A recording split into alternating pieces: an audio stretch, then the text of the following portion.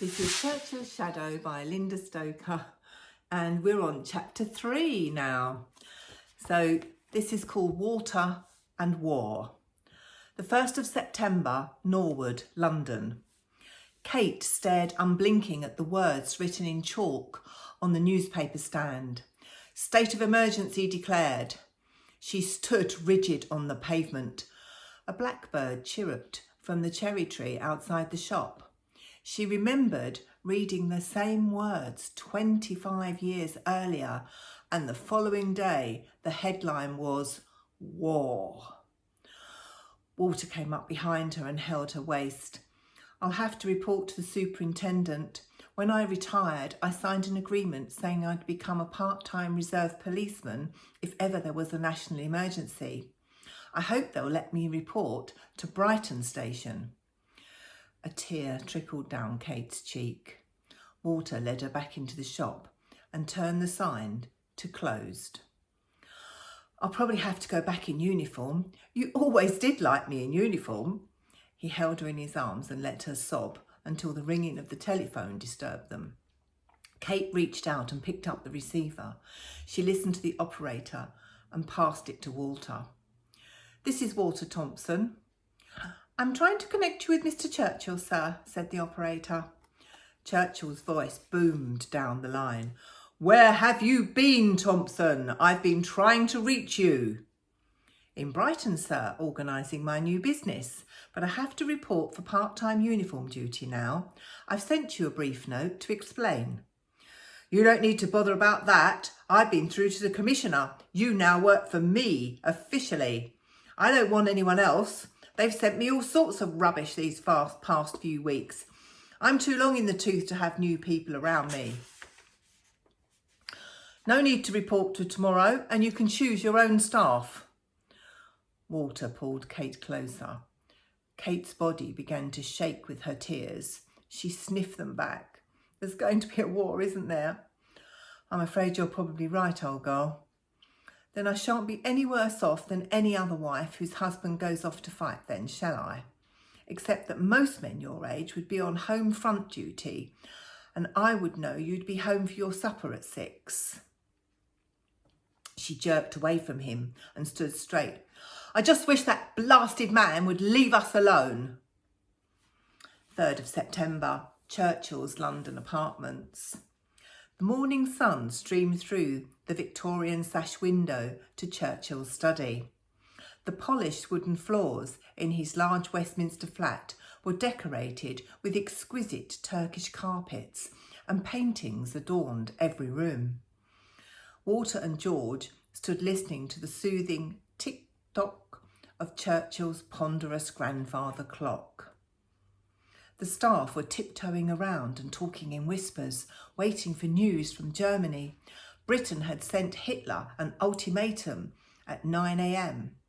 Get out of Poland or we will be at war. Walter watched Churchill work. At 11 a.m, just as the ultimatum was due to expire, Churchill jumped up and switched on the radio to listen to the news. There was absolute silence for the Prime Minister, Neville Chamberlain's broadcast. He told a British nation on tenterhooks no answer had been received from the German government to Britain's demands. He ended with the words, "This country is now at war with Germany. We are ready." Ready are we, hell, mumbled George. He knew from overheard conversations in Churchill's office, Britain only had a small professional army, an out-of-date navy, and an almost non-existent air force. We certainly are not ready and not bloody able. George stomped off to find a cup of tea and a slice of cake. Churchill marched to the entrance of the flat and stared up into the sky like a war horse scenting battle. Walter joined him, and together they listened to the deafening screech of an air raid warning. Walter covered his ears. Churchill was transfixed. You have to hand it to Hitler. The war is less than half an hour old and already he has bombers over London. We ought to proceed to the air raid shelter. Walter held open Churchill's coat for him. Churchill grunted but did not move. Walter felt his pulse rising. If only to set an example to others, sir. Churchill marched back inside the flat, picked up a bottle of brandy and summoned his wife and staff. Walter found himself face to face with Miss Shearburn. He moved to the left and let her pass. As she moved in the same direction, he shuffled to the right and she stumbled into him. Churchill marched on the spot, irritated his party had come to a halt. "Come along now, Miss Shearburn. The inspector wants us to set an example." Walter took Miss Shearburn's elbow and led her out. They caught up with Churchill, who was quickly marching along the street to the underground bomb shelter, set up for the local residents. Down in the cellar, everyone huddled in silence, and Churchill paced up and down. Miss Shearburn sat on a chair opposite Walter. He noticed her tense, elegant posture, but her face betrayed her fear. Her pale green eyes were wide and unblinking. Walter ground a small pebble stuck in his shoe into his foot as he worried. "Where are you, Kate? Did you get to the shelter in good time?" He opened his leather wallet and slid out her photograph, tucked behind his warrant card. "Stella, you better be on your way back here. I don't want you in Paris with all this going on." Damn it. Walter was completely alone. His boss and all the staff had left after the false alarm. Walter took the steps 2 at a time and ran down the street after them. "I'm too old for this job."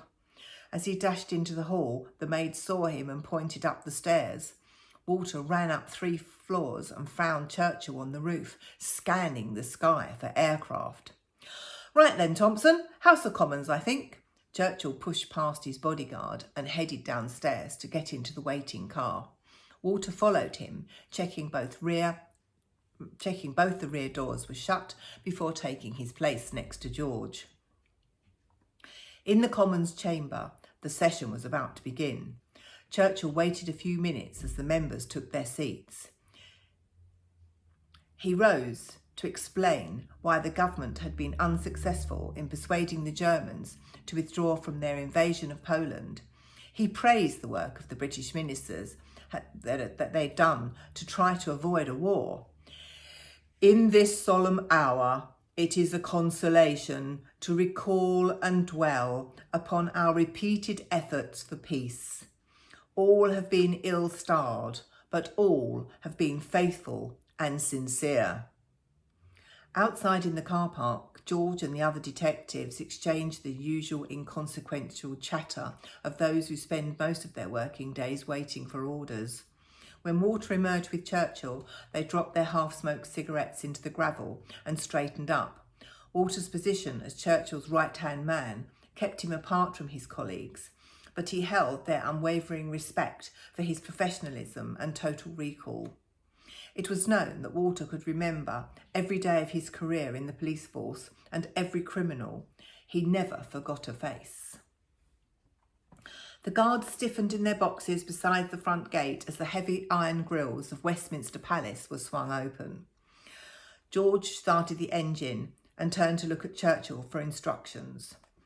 10 Downing Street, George, please." George waited in the car outside the residence of the Prime Minister for Churchill and Walter. What job is the old man going to get now, I wonder?